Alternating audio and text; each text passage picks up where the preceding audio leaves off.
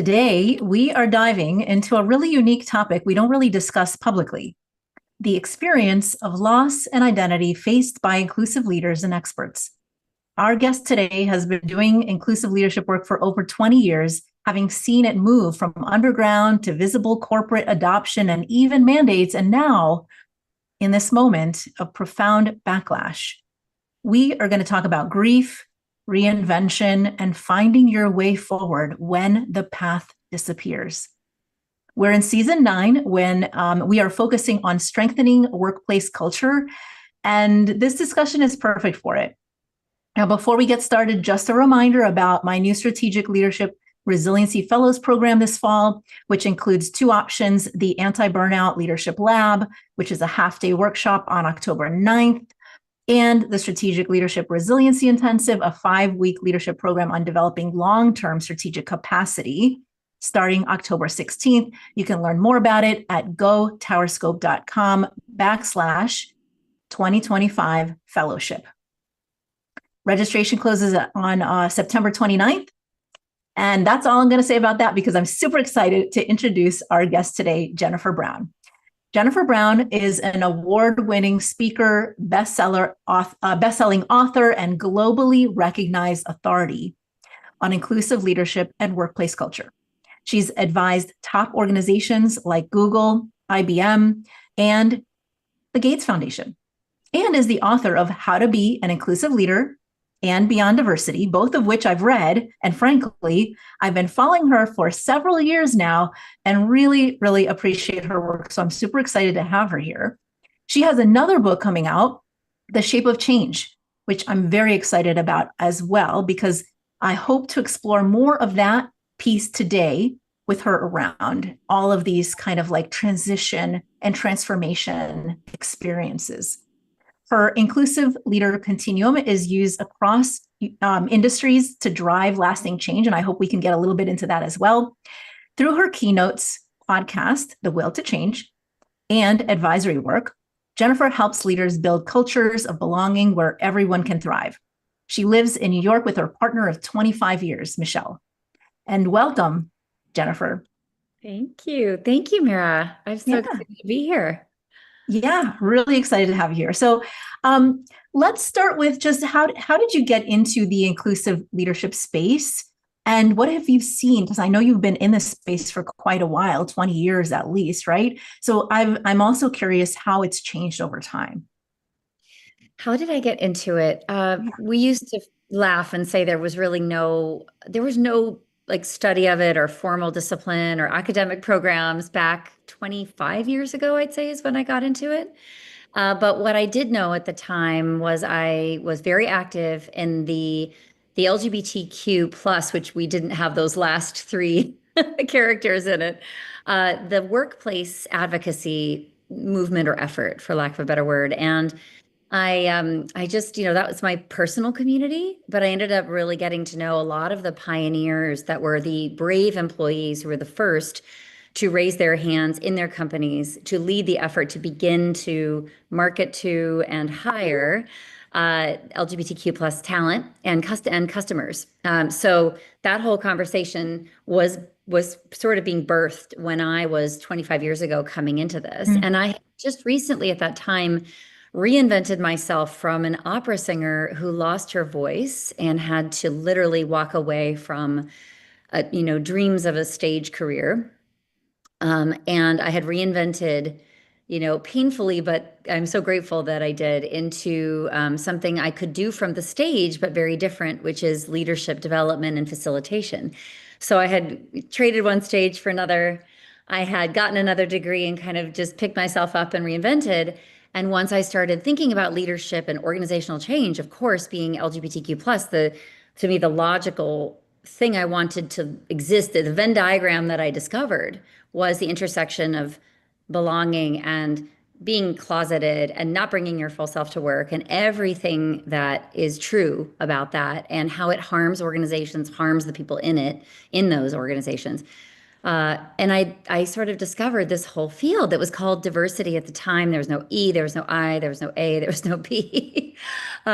It was really early days, but I loved it. I thought, is this really work? Because this is really deep and important stuff and fun and energizing and very on the vanguard, certainly. And I learned so much about business and how to build business cases and convince people and to make things, make arguments with data, and had the power of this growing movement around me of workplace equality, which was just really, really amazing. So it was really fun times. And it's been all those years, I decided to kind of just pivot into that and stay in it. And I broadened from LGBTQ to all levels of diversity, all kinds of diversity. And we became a firm. I built my team that serves and served companies to build their strategies for inclusiveness across the board. And that's what I've been doing for 20 years. Amazing. And, way before it was, cool, and way before it was known, and probably it was, I would suspect, somewhat underground for some of this work. And I actually remember getting into this about 25 years ago in my first career when I was a school counselor. And I went to the University of Maryland. And at that time, they were focusing on what used to be called multicultural counseling. Yes. That was the term, right? Back then. And so I had this amazing old white hippie guy who was like, who had been doing this work, doing this research for years before, I mean, decades before. And, he, he really awakened me, and I just got so interested with this entire world that I had not been exposed to. And I ended up, making my thesis around, these kinds of things. And, since then, trying to figure out like where my place is in all of this, right? Sometimes taking a harder step forward, sometimes exploring my voice, sometimes playing around with it. So I'm curious, over the years, what you've noticed as trends in this space. Yeah, boy, it's changed, obviously. Early days, it was when I entered it, I recall that race and gender had been the focus. And I think that came out of affirmative action, honestly, and mandates and lawsuits. And, so companies were starting with what they could count and visibly perceive, rightly or wrongly, by the way. Now we know gender identity, ethnicity, all these things. Sometimes they're visible, sometimes they're not. Sometimes you're right, sometimes you're not. But in those days, that was what was tracked, and there were metrics around it. And so, bringing the LGBTQ conversation was this frontier. I mean, it was truly that, and it wasn't really gender identity was really frontier. I mean, it was just sexual orientation for a while, and we were trying to educate around domestic partner benefits, actually. So this was pre marriage equality, and that was never. I don't even think that was an aspiration that we thought was achievable. So that's changed. I think we certainly didn't. We faced a lot of bias and pushback. So there's never been a time that this has been easy. But it felt that there was a wind at the backs of those of us who was sort of enlightening companies about this huge demographic that they could, of course, monetize. And we could make a case that it didn't feel we did deal with, this is why does this matter at work? It's inappropriate. I don't know why we're talking about it. Whatever, I'm very open-minded. I mean, there's just all the usual stuff, which actually in light of today looks like child's play. But those were that was the kind of resistance that we had, honestly, but it was nothing like now. I think that there was a momentum, and there was an acknowledgement, and there was understanding of the information. We say demographics is destiny. They were leaving money on the table when you don't monetize and hire what many of us understand to be 10% of the population. And for young people below the age of 30, they're saying 25% of the population today. So we would use these numbers to generate that interest. And there was interest. There's interest. So companies signed on, companies came to us for consulting, companies trusted people in the community to educate about that demographic, and that felt really incredible. And then over time, we broadened to a lot of other diversity dimensions and kind of were able to have a more nuanced, I think, accurate conversation about all the different identities, visible and invisible. And we moved into this unconscious bias training phase, which I think, while correct, I'm not sure it was the smartest strategy. It actually, in hindsight, and even in the time, research showed that it turned people off from the conversation. Was not a business conversation. It was oh, wait a second, I'm flawed and I'm, it's sort of inevitably biased. And I think people responded badly and got defensive and kind of associated the whole thing with, okay, now you're holding me accountable.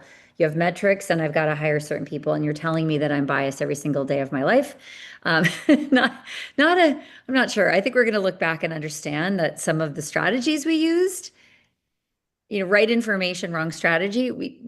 I think every field has to acknowledge when we didn't quite get it right. And I think we just thought, I don't know, I think we thought the truth would be most convincing and people would be able to take it. And I look at change a lot. It's what I call everything, my book, my podcast. I think a lot about how you invite people in. You call them in, you meet them where they're at, you endeavor to take the pulse and the temperature and welcome people into a process. And it's a process. It's not something that can be forced. So it was an interesting, I always kind of deviated, I think, from what became really, really intense and obviously, started in 2017 and then I'd say 2020, where it just got really hot in the kitchen. And again, needed, necessary. But I also know in hindsight, and it's easy to say, we thought we would always have the wind at our backs that we felt in 2020, 2021, but we've been proven wrong. And this has caused a major backlash. And we can say, well, people are afraid of the truth. They're afraid of what's powerful. They're afraid of demographic change, and it's happening no matter whether you agree with it or not. So, but I think now I kind of see this as a correction to the intensity that was building probably over the last 30 years that I've seen. And we can talk about what was happening before then too, but I wasn't really around. But I just want to acknowledge I stand on some serious shoulders, and we just kind of plugged in when we plugged in. But it was like you said, that lovely man had been doing it for a very long time, and IBM had been doing it for 60 years by now. So there were really, really, really early adopters too that predated when I entered it. So yeah, so we're in a different phase, and I I wonder whether all of this was necessary. And I think that there are important things to notice and to work on in every phase, whether you've got the wind at your back or you are facing tremendous headwinds. Yeah, yeah. And so I was just going to ask, what is it that you feel we can learn from what's happening now? Um, what that, obviously we can't go backwards, right? So what is it that we can extract from right now that you're personally thinking through? Yeah, I think what I'm thinking through is I think our righteousness is something we have to consider. I would proudly stand on a stage and say, the arc of the moral universe is long, but it bends towards justice, quoting MLK Jr., and feel very righteous in saying that, and feel very right and righteous too. And whether we believe that or not, it is certainly, we are getting a lesson about how that arc bends. And, the circumstances that we thought would propel us sort of endlessly would someday we would be checked, and someday we would be stopped in our tracks, and worse. And if you study history, you understand that there are cycles going all the time. And if you look at nature, there are cycles happening all the time. And you cannot have a spring without a winter. You literally can't. But I think I don't know how, maybe some Americans in particular were not taken by surprise that this happened. Black Americans, many other Americans that have experienced a very different America. And then there's others who haven't as been as directly impacted, personally impacted, and their people have not been as personally impacted, that I think we're knocked sideways about it. But we can all sit here and say, did we prepare for the rainy day? I mean, were we aware at the same time as we were, the abundance and the summer's abundance, if you look at the seasons, was happening and there was opportunity everywhere, and it felt like there was sort of an endless supply of resources and attention and wind at your back. It would have been interesting to ride this through and to be simultaneously extremely aware of what was building on the other side and extremely aware of the need for contingency planning. And, at the same time as you're trying to lean in really hard into this really unusual opportunity. And I think it would have been really difficult to have that kind of discipline. It's like you have this company that's taking off and you're planning for its bankruptcy at the same time. Like, how could you do that? Does anybody want to do that? I think the answer is no. You want to enjoy it. You want to be, in the moment and just grab everything you possibly can. So that's just something to think about, that a more realistic way of planning is a discipline that I think we could consider as a more regular part of our hygiene. That's a great way to take a pause and go to an ad break to think about what could you be planning for right now, right? Even whether you're doing well or not doing well or whatever, what is the contingency plan? So we are reaching a brief ad break. You're listening to The Hard Skills with me, Dr. Mira Brancu, and our guest today, Jennifer Brown, author of How to Be an Inclusive Leader Beyond Diversity and the upcoming book, The Shape of Change. The Hard Skills is sponsored by TowerScope, my leadership and team development consulting firm. You can learn more about it at gotowerscope.com. The Hard Skills Show live streams on Tuesdays at 5 p.m. Eastern Time. If you're here right now at 5 p.m. Eastern Time, you can catch us live streaming on LinkedIn, YouTube, Twitter, and Twitch through talkradio.nyc. And you could even interact with us if you have questions. You can leave them there and we will answer in real time. So we will be right back with our guest in just a moment. Are you a conscious co-creator? Are you on a quest to raise your vibration and your consciousness? I'm Sam Leibowitz, your conscious consultant, and on my show, The Conscious Consultant Hour, Awakening Humanity, we will touch upon all these topics and more. Listen live at our new time on Thursdays at 12 noon Eastern Time. That's The Conscious Consultant Hour, Awakening Humanity, Thursdays, 12 noon on talkradio.nyc. Are you a high-achieving, growth-oriented leader? Are you interested in developing your authentic leadership while creating a healthy, inclusive workplace?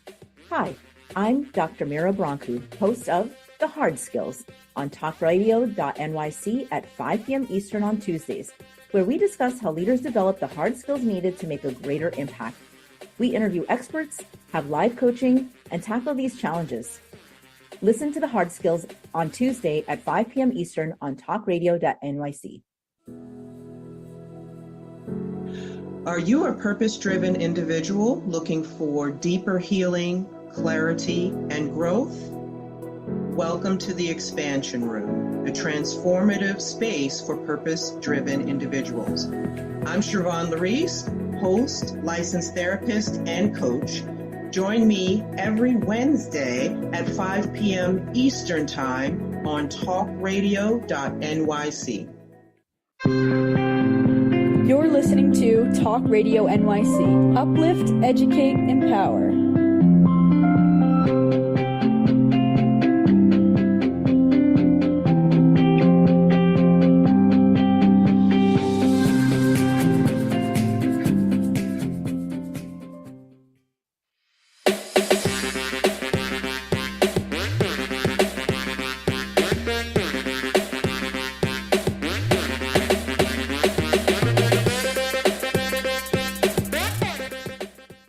Welcome back to The Hard Skills with me, Mira Brancu, and our guest today, Jennifer Brown. So based on what you've been tracking, Jennifer, what concerns you most and what brings you most hope? Well, let's see. I'll start with concerns. I think we're all really worried about the rollback of corporate support and employers investing in, the importance of a productive workforce. And productivity comes from a place of comfort and belonging and thriving and, so, feeling like you matter and your contributions matter and all of who you are is welcomed. So, the thinking seems to be it's more important for companies to avoid risk right now than it is to defend their people practices if they were making investments for and in their people. So that concerns me. It's going to harm the companies and organizations to make that choice. And I think they're looking at one risk and not the other, honestly, and they're not really holding them in the correct proportion. And they're losing a generation of relationships that I don't think they know the value of those. And it's unfortunately classic employer behavior to take things for granted, and to treat people in a certain way and still expect performance and excellence. But particularly the younger generations that have entered the workplace and are coming in they don't work in the same way. The equation is not the same. They don't feel automatically beholden or charmed by or impressed by or loyal to and any entities that don't make an effort to create a workplace that's healthy and one where people feel they can thrive and bring all of who they are. So it's going to be really interesting to see. It's the pendulum that swings in this is, do the employers have all the power? Do the employees have all the power? Like, this is something we've been watching go back and forth for many years. So right now, I think with like return to office and companies are definitely grabbing the power and perhaps, but I think employees have tons of power as well. And they will show that, and they already are. And I trust that the next generation makes those needs known and makes choices that are going to be felt strongly and economically. But that's what companies respond to. We've been seeing that in the news, I think, just this week, just today, yesterday. That's right. I was just going to say, it's not just employees, it's customers too. It's customers, it is, and right? Viewers and all kinds of things. Right. There's a lot of power in purchasing. And I love your reframe, or the way that you framed it around risk mitigation over people practices, because I've definitely seen exactly that, and it's a great way to sort of pinpoint that.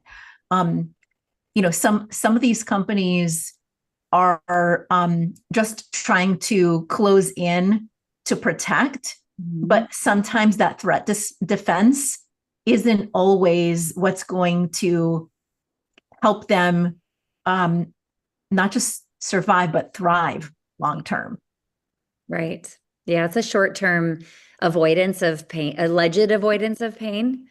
And I would say alleged because there are plenty others that are staying the course and brave and saying, I'm not, we're not shifting our direction for anything or anyone.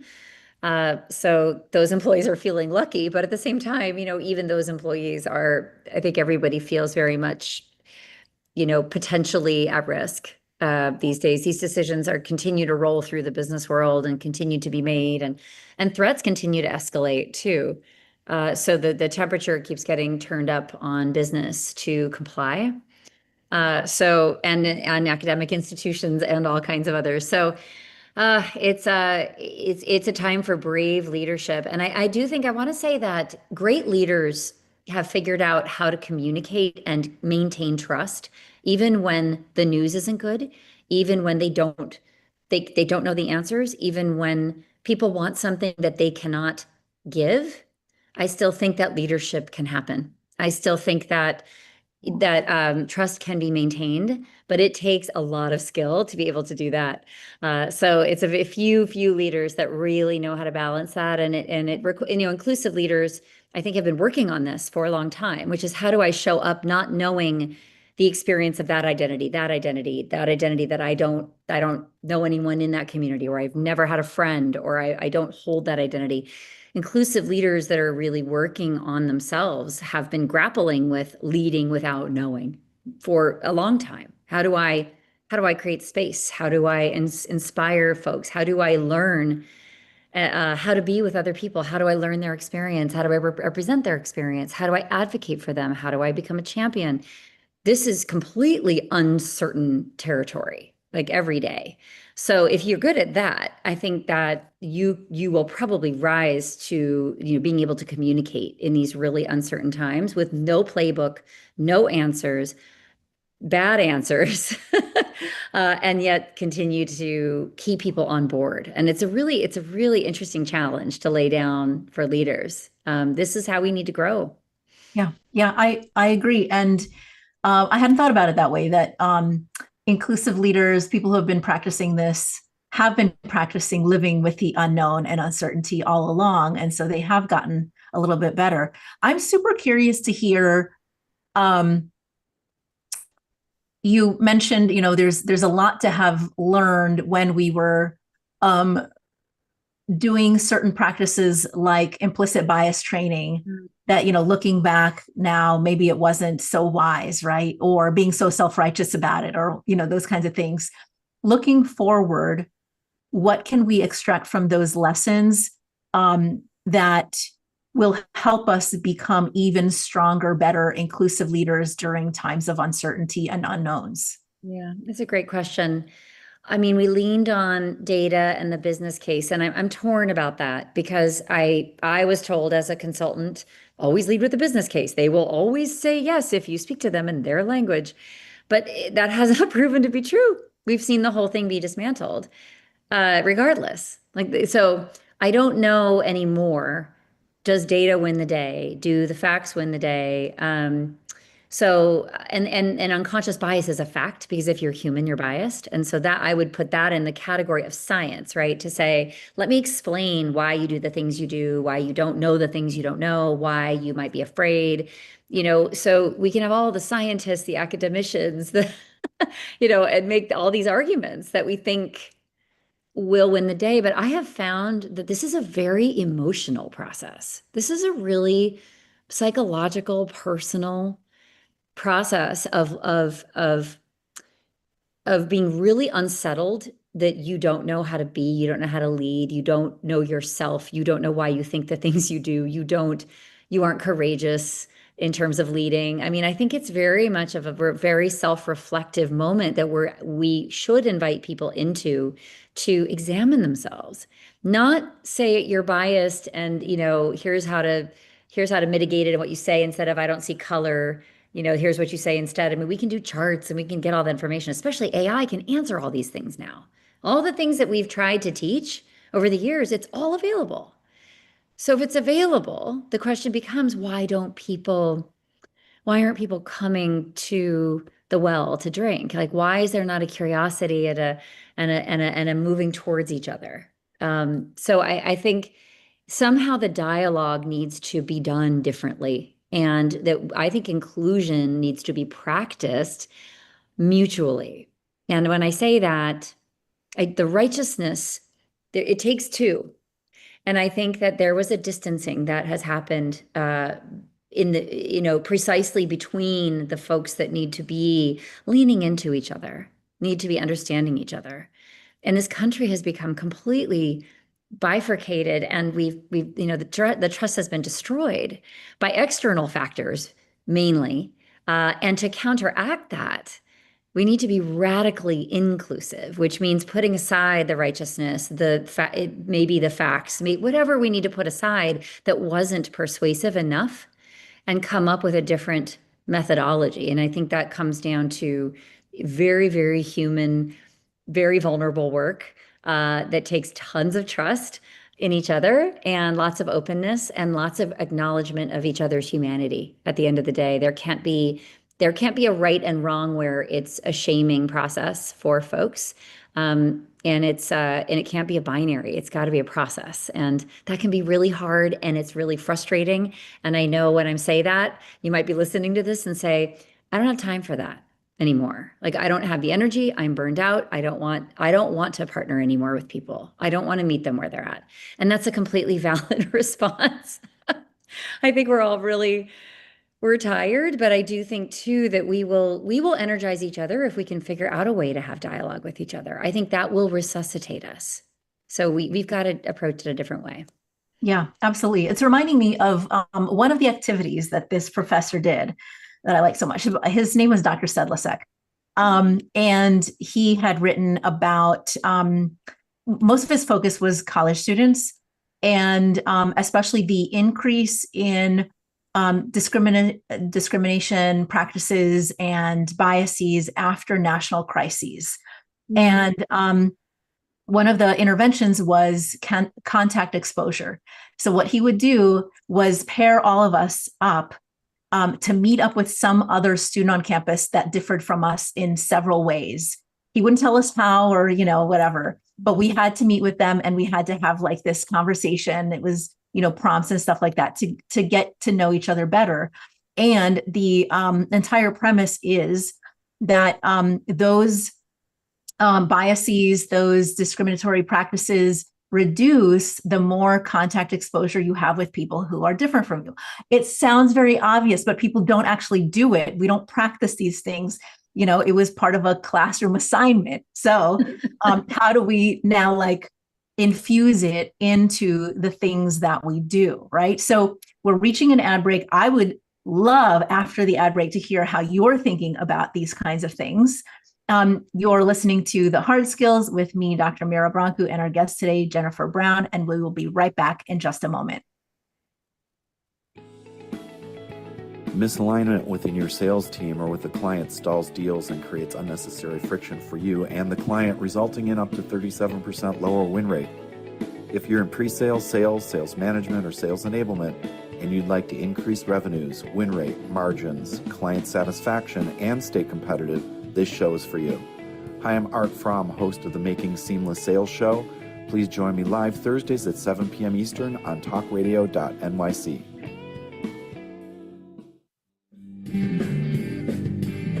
Hey everybody, it's Tommy D, the Nonprofit Sector Connector, coming at you from my attic. Each week here on talkradio.nyc, I host the program Philanthropy in Focus. Nonprofits impact us each and every day, and it's my focus to help them amplify their message and tell their story. Listen each week at 10 a.m. Eastern Standard Time until 11 a.m. Eastern Standard Time, right here on talkradio.nyc. Hi, I'm Linda Marcanico. The A Train to Sedona is a memoir about my journey to love and compassion. It's also the name of my new broadcast on Wednesdays at 12 noon. When we are spiritual, we embrace possibilities and ideas, which strengthen our mind, body, spirit, health, and wisdom. On the A Train to Sedona broadcast, I plan to interview guests who embrace these expansive practices. Join us on Wednesdays at 12 noon on Talk Radio New York City. You're listening to Talk Radio NYC at www.talkradio.nyc. Now broadcasting 24 hours a day.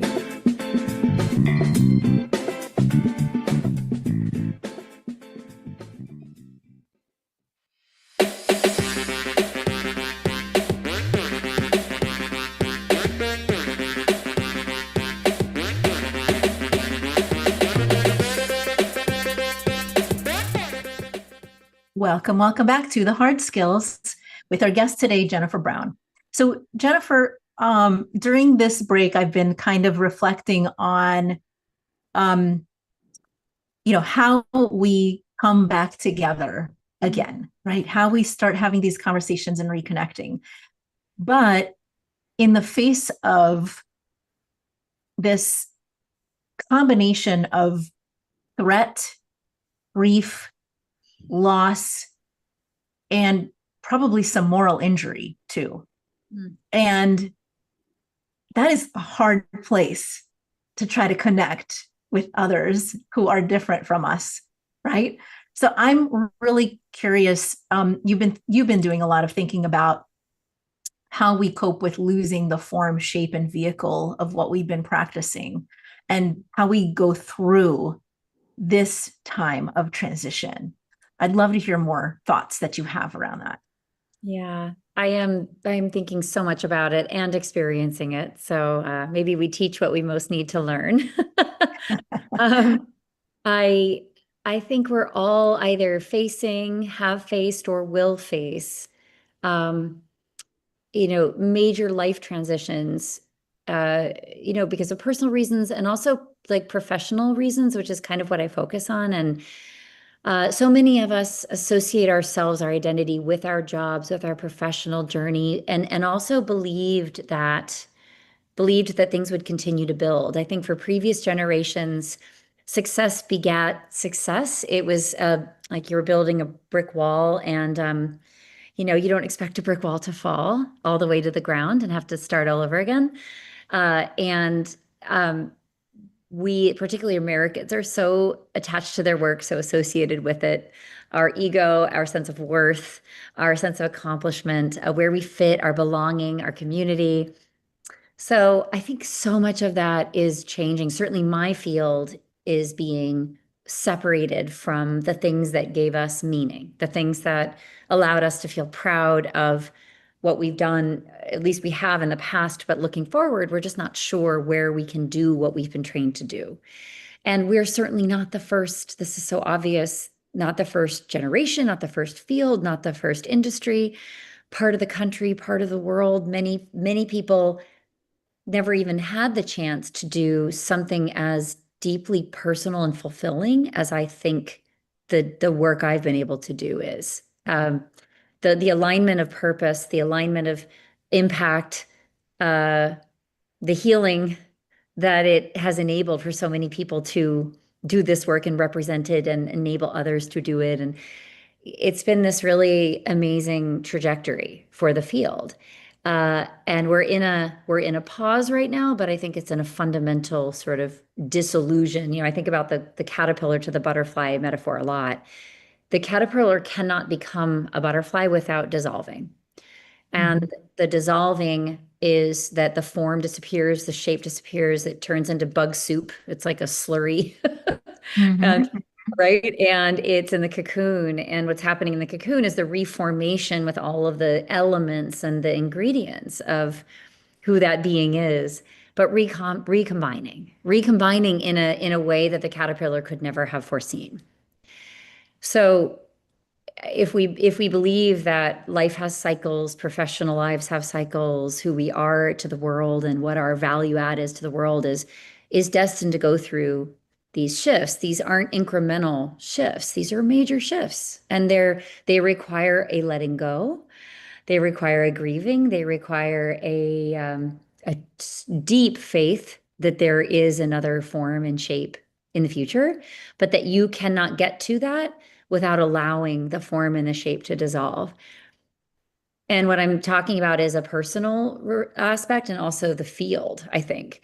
In its way that we practiced it for 30 years. We made all the arguments we did. We set we argued it, the rationale, all of the data points, all of the strategies that we built in organizations. I think the change that's happening is much bigger than even that. I think organizations are going through massive change in everything from structure to hierarchy to AI, to the role of humans versus AI in the organization, to maybe economic difficulties that they couldn't have even imagined. So I do think that what's happening in my field is a microcosm of, I think, a lot much larger big change that's going on. So that being said, I find that somehow comforting because there's a lot, it's happening at scale. So it's something we are all going to have in common, is that we're all sitting here questioning what is left for me of the old. What can I hold on to? And am I clinging to it? Am I defending it? Am I changing the names? Am I trying to make it to survive? Am I allowing myself to feel completely depressed because it doesn't survive anymore in the form that it was? Or am I sitting with the disillusion, and am I just pausing, and am I reconsidering? Am I doing the thinking that's asked of me right now? Am I doing the existing that's being asked of me? And am I willing to wipe the slate clean and yet bring all the ingredients that we still possess? We still possess those.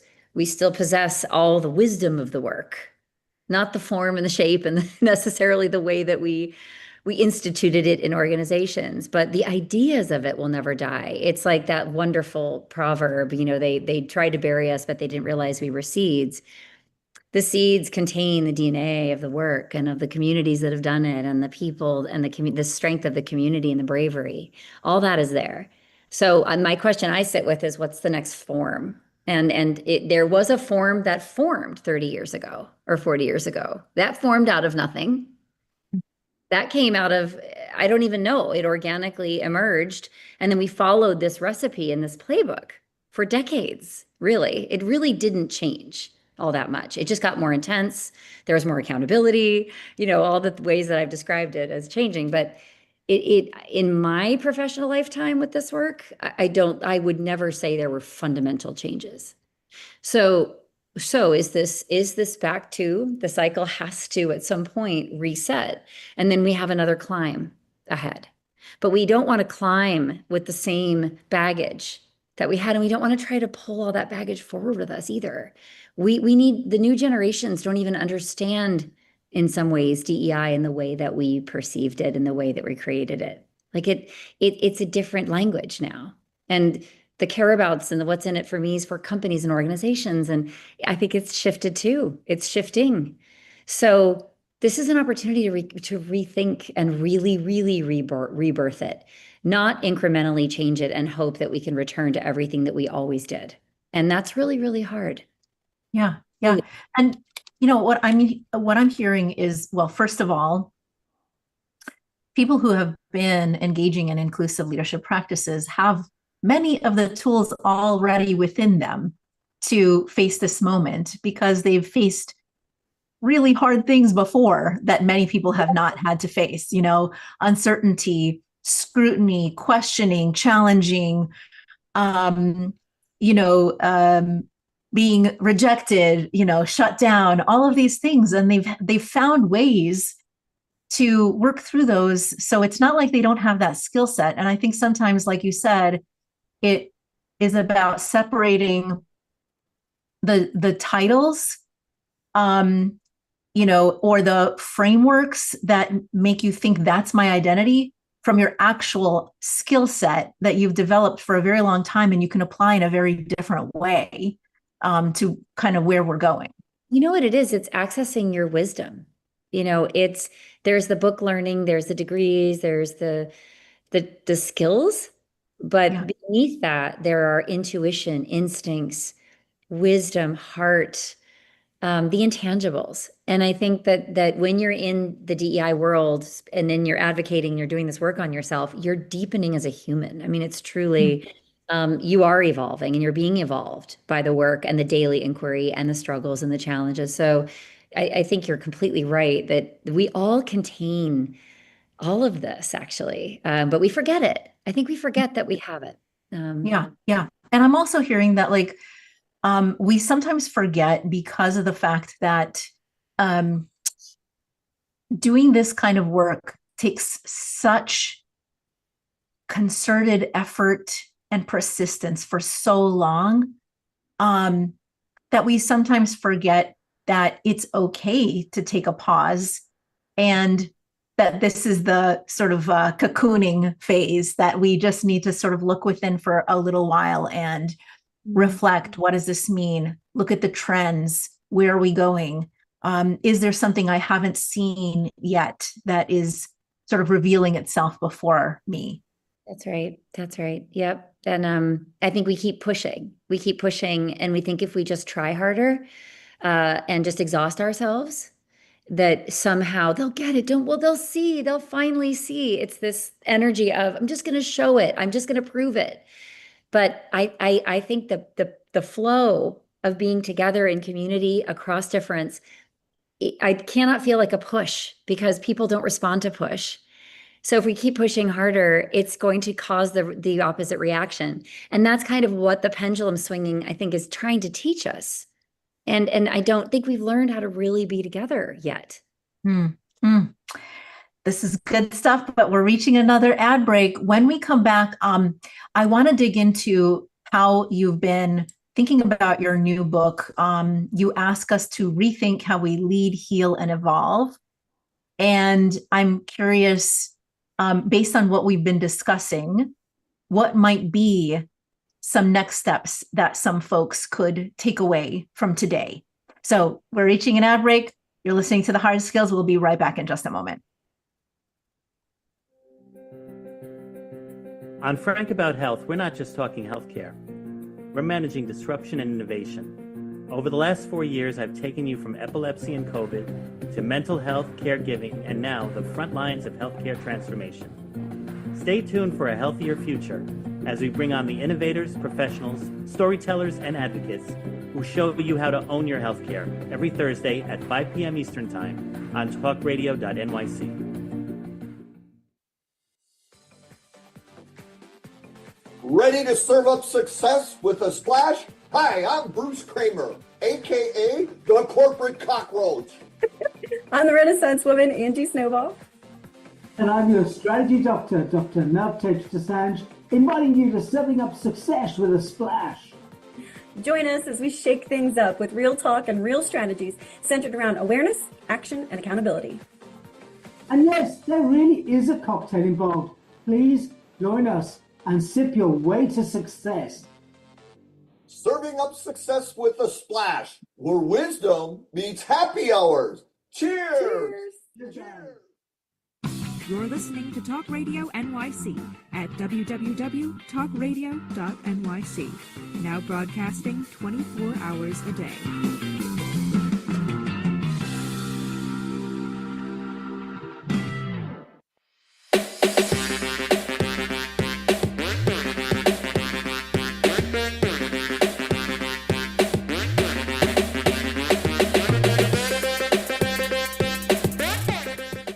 Welcome back to The Hard Skills with our guest today, Jennifer Brown.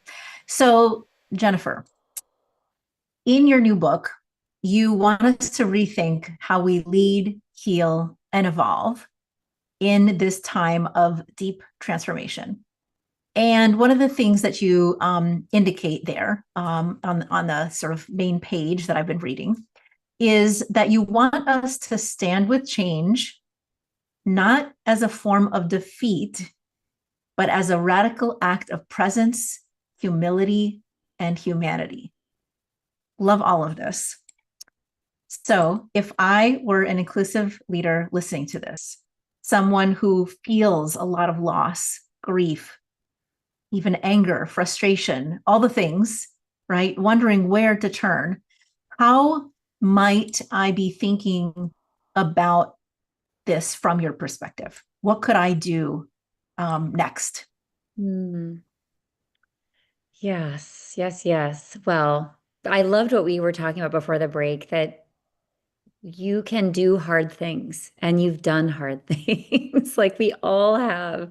We've persisted and broken through and been the first and hung in there and been resilient. And we just have this strength in us. So if you're listening to this and you know, this is the kind of thing you listen to, you are already so equipped for whatever's next, and you are equipped for what's happening now.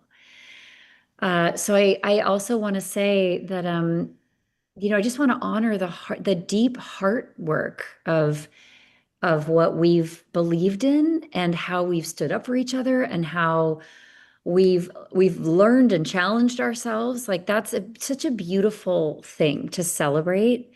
And look at the way that what you've done, the work you've done, or what, I don't know, whatever your role or hat that you've worn has evolved you beyond maybe your wildest dreams, like the person you are now versus the person you used to be, the things that you've seen, the things you know how to do, the things, the accomplishments that you've really, really had. And truly celebrating that and using it as a way to understand your next path, because there are ingredients in all of it that matter. When I moved from one stage to another as a performer, I thought all was lost. I didn't know there was another stage. I didn't know I would ever feel at home again doing what I do. I thought it was over. But that whole time I had been incubating the next. I had been incubating it and practicing it and being in it and developing new pathways in my head and my heart and in my body. And so I was, in a way, everything we do, and this includes my last 25 years in this work, I think is preparing me. The reason it's happened is it's prepared me for the next.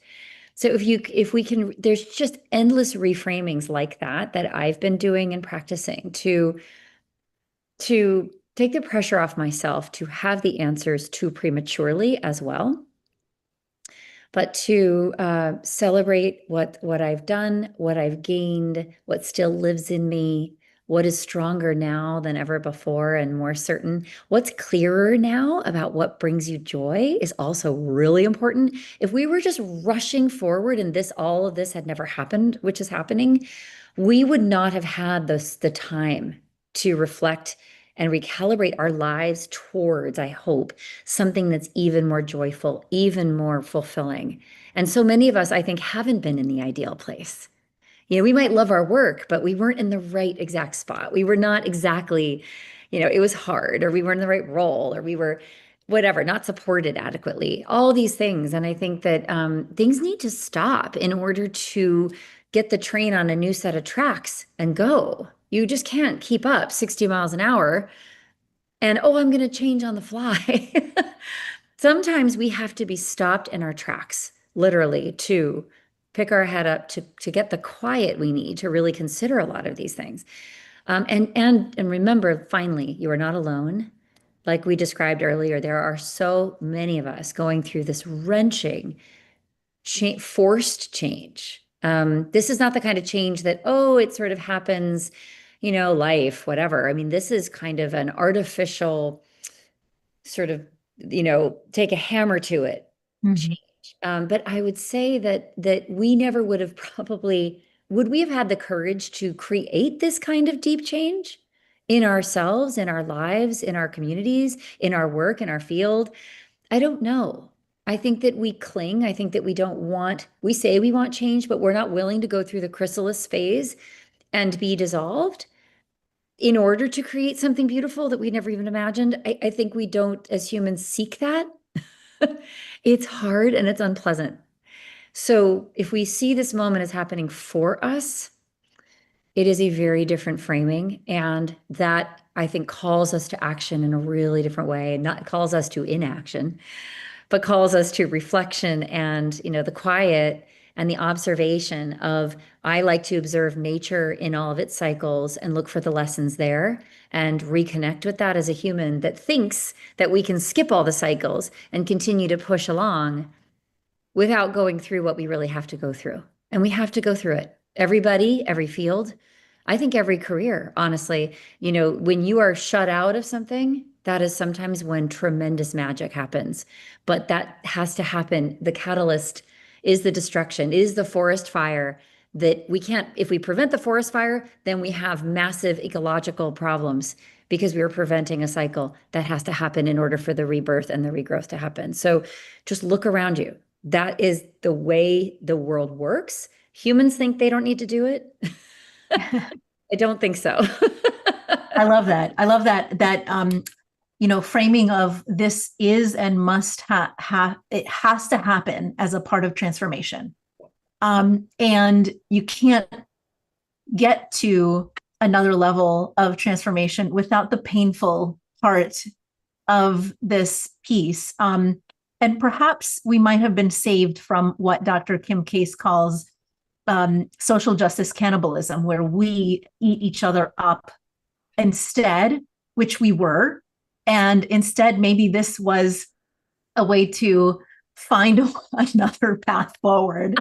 Save us from ourselves. Weirdly, because we definitely don't feel like that's what's happening. But if you really zoom out, it's very possible that we had reached a level of maturity and that we were in decline. It's possible. I mean, there are innovation cycles that hit a peak and degenerate. And if you don't, at the same time as degeneration, don't pick up the new and you don't hop over and you don't begin another process, you're going to be dead in the water. And I do think there was tremendous, progress, but I also wonder we needed to be paused and needed to kind of absorb and metabolize everything that happened and then move forward in a different way with that metabolized, with that digested, and the wisdom that comes from that. We need to lead with that wisdom, but you cannot skate. You can't jump from lily pad to lily pad to lily pad endlessly. Like you need to have that moment to digest and become stronger. And I think that's might be what this is happening for. Yeah, that is a great message. If people want to find out more about you, I'm going to share some websites, but for those who are not going to be watching, if they're going to be listening, where can they go to find out more about you and the work that you do? Thank you. I'm at jenniferbrownspeaks.com, everybody. And I'm on LinkedIn and Instagram as at Jennifer Brown Speaks. And I have all these books. The latest is The Shape of Change. The one before it is How to Be an Inclusive Leader. Yes, thank you very much for showing that. And we're always reachable at info@jenniferbrownspeaks.com. And in fact, if you'd like a first preview of first chapter of the new book, we'd be happy to send you a PDF. So send me a note at info@jenniferbrownspeaks.com and we would send it over to you. It's going to be out in November is the plan. So this is really a preview, and we would love to share it with all of you. So we also have a resource that you're showing right now called Words That Build Belonging. If you go to our website, we'll share it in the show notes. But it is an amazing guide for inclusive language, which is still so needed and part of our expansion in our understanding of all of humanity. So Words That Build Belonging is a resource that we'll be sharing. But thank you for having me. This was wonderful. Excellent. Loved having you. And hey, audience, what did you take away? And more importantly, what is one small change you can implement this week based on what you learned from Jennifer, even if that change is not visible to anybody else but you internally as you reflect? Share it with us on LinkedIn. You could also share it with us at talkradio.nyc so we can cheer you on. This podcast is also on Facebook, Instagram, Twitter, Twitch, Apple, Spotify, Amazon, all of the places you go to see podcasts and you access them. It's going to be there. So if today's episode resonated for you, share it with a colleague and or also leave a review. And if you're looking for more personalized support from Jennifer, you saw how you can access her. If you're looking for some of the leadership or team coaching that I mentioned, you can also go to gotowerscope.com. Don't forget about registering by September 29th, by the way, for either the Anti-Burnout Leadership Lab or the Strategic Leadership Resiliency Fellowship. Thank you to talkradio.nyc for hosting. Together, we will navigate the complexities of leadership and emerge stronger on the other side. Thank you for joining me and Jennifer Brown today on this journey. This is Dr. Mira Brancu signing off. And until next time, stay steady, stay present, and keep building those hard skills muscles. Take care, everybody.